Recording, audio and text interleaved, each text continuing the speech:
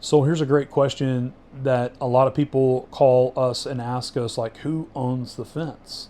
And that's a great question. So there's lots of different rules and regulations, and we try to do our best to understand that and explain that to clients. And we give you a lot of information with your city on the rules and regulations of your city. And the only thing we can't really have is all the different HOAs. But basically, who owns the fence?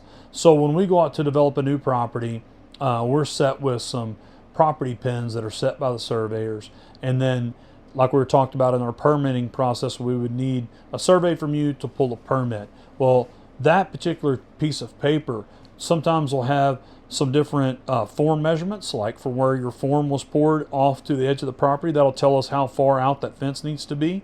But who actually owns it? Well, if you put the post in the ground and it's going straight down the middle between two properties, then technically both neighbors own that fence.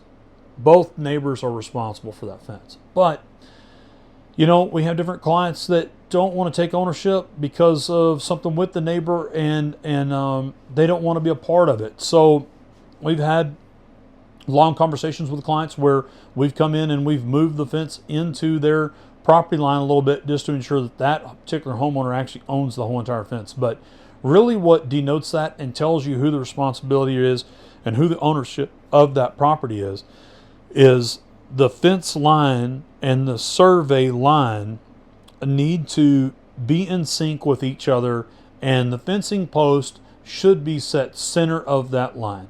So basically, once again, both neighbors should own that fence.